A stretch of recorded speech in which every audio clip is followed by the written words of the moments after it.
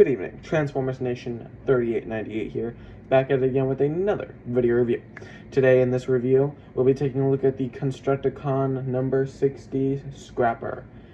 So we're going to be going in taking a look at detailing and all this kinds of cool stuff, and maybe some really cool, interesting facts that maybe I've not learned yet. Same way with a few figures, which I'll mention later in other videos. But the reason why I'm doing this is because I'm deleting all my old, white backgrounds and cringy ones, and replacing them with a new official background color. So let's get right on into the figure itself. So, as we all know, this is the right arm of Devastator, Constructicon.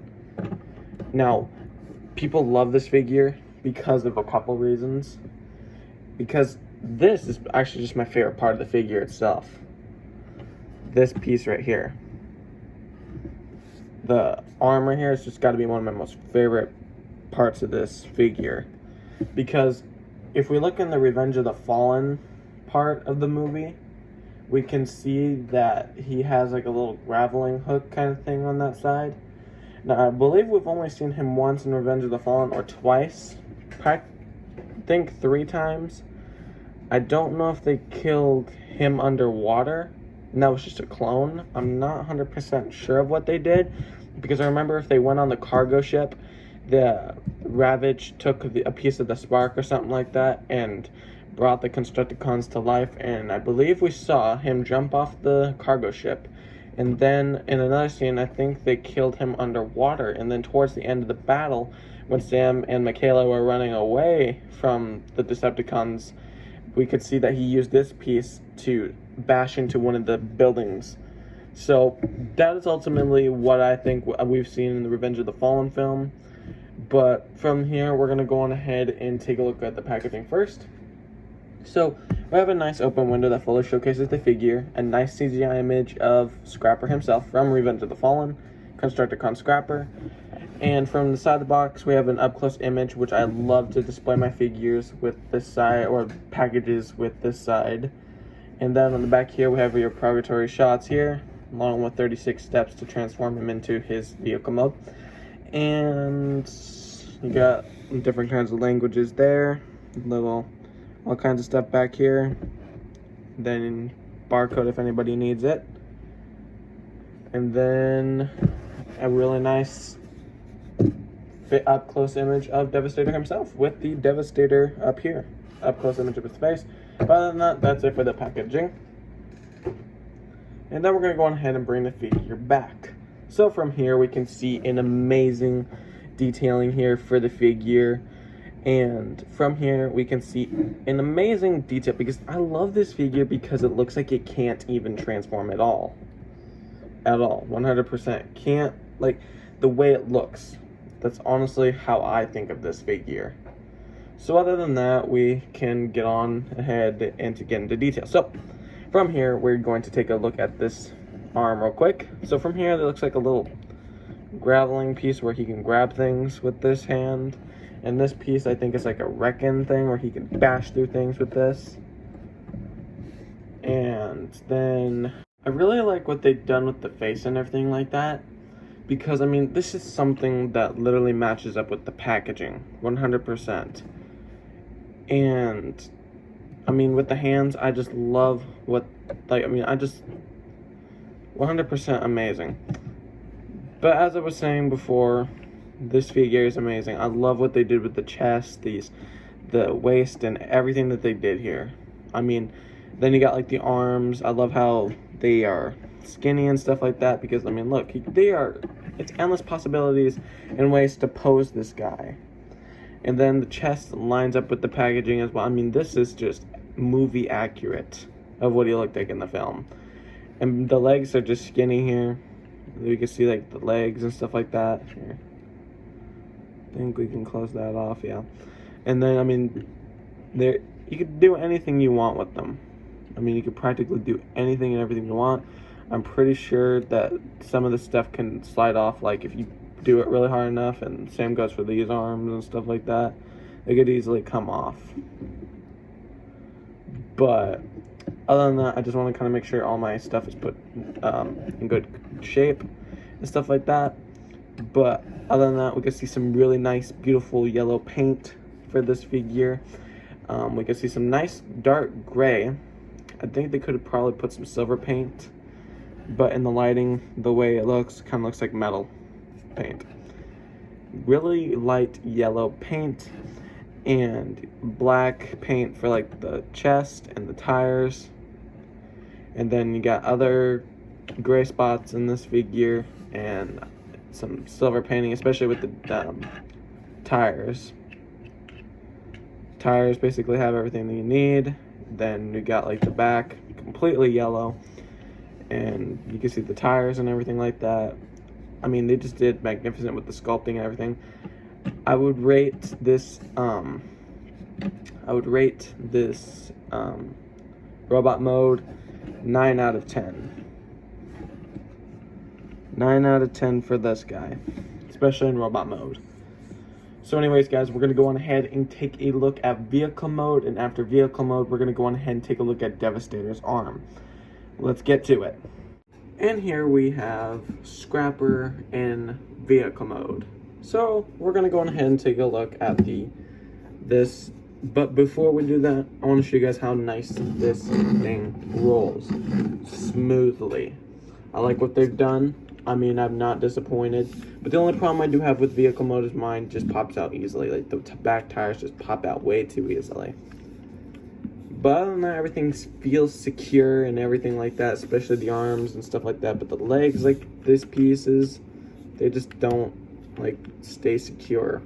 I have to, like, hold it together throughout this review.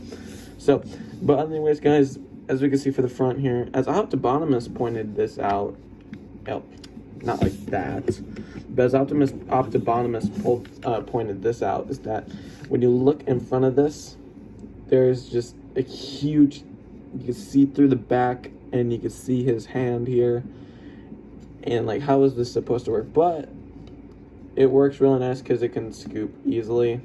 I mean, I thought when I last did this, it was able to, nope, I remember what I did now. But the scoop, see, and that's something, but the scoop does work nicely and stuff like that. You could display the vehicle any way you wanted it to.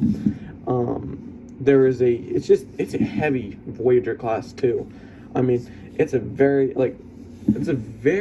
messy Constructicon vehicle, especially with all of this here. I don't know what all this is about. But other than that, guys, we can see some really nice yellow paint for this vehicle and stuff like that. And we can see some nice blue paint job for the windows and the interior for the vehicle and stuff like that. And we can see some nice dark gray for these here.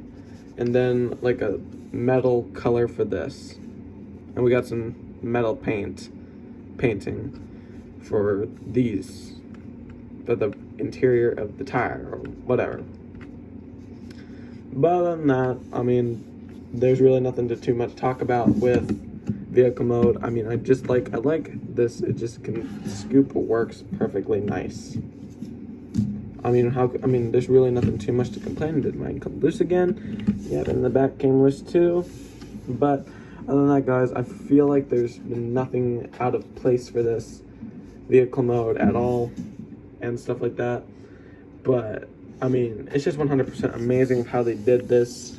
And the scooper, it's okay. I mean, I have nothing really too much to complain about it.